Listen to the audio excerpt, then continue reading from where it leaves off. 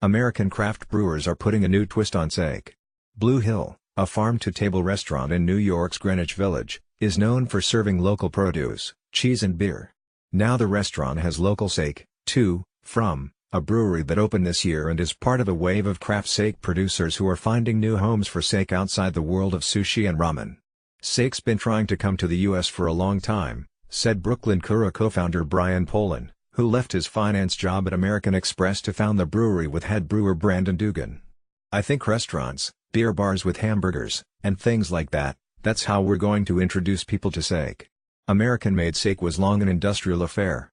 Most of the breweries were created by Japanese companies during the country's economic boom of the 1980s, which led to investments in the U.S. in all sorts of fields, including sake. The companies imported their Japanese-made premium sake, but used their new U.S. facilities to make cheap sake destined for sushi joints, where it might be served hot or dropped into a beer to make a sake bomb. Today's craft sake breweries have higher aspirations, both in terms of quality and the market. Sake is ubiquitous, but in the corner sushi shop, Pollan said. It's about penetration of non-traditional places that are owned and managed by tastemakers who are excited about sake. Blue Hill uses Brooklyn Kura's unpasteurized No. 14 sake as part of a non-traditional pairing with its menu and also sells it by the glass and infused with various vegetables. Brandon takes very meticulous steps to make sake at as a higher quality as they do in Japan, said Jason Cho, Blue Hill's wine director. So even though you can say it's not an authentic experience, it's very authentic to Brooklyn and New York State. There are no official numbers on American sake producers because the federal government folds the data in with beer production. But Tim Sullivan, founder of UrbanSake.com, a sake information and review site, recently listed 20 sake breweries in the U.S. compiled through his own research, up from an estimated 5 in 2000. All but 4 are small craft brewers. According to sake educator Toshio Ueno, total U.S. sake production went from 12.9 million liters in 2007 to 19.2 million liters in 2015, the most recent number available, a nearly 50% increase. The figures were published in 2017 by a Japanese academic publication, Sake Shikenkyu, which focuses on historical research about sake, Ueno said.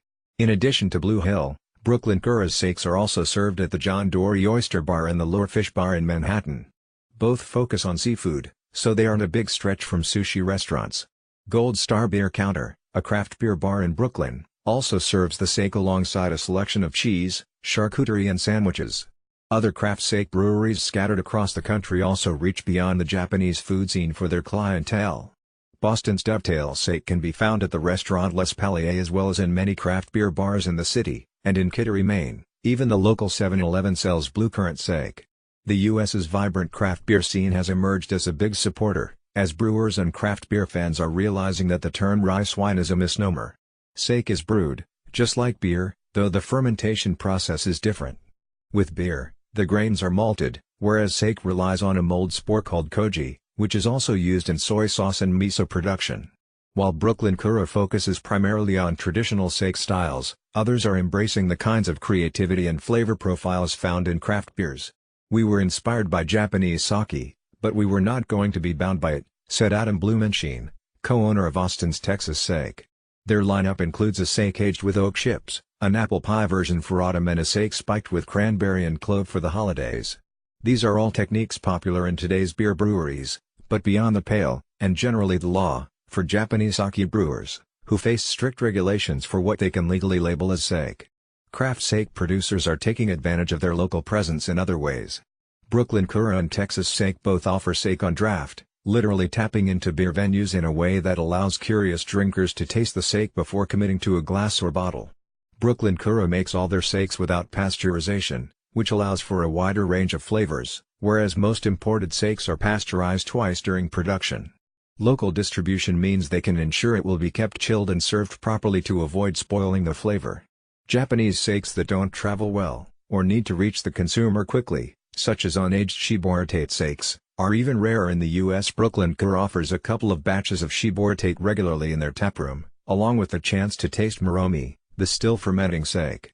Some Japanese sake producers are excited by the new entrants to the market. They see American craft producers less as competition and more as an opportunity to accelerate American awareness of sake.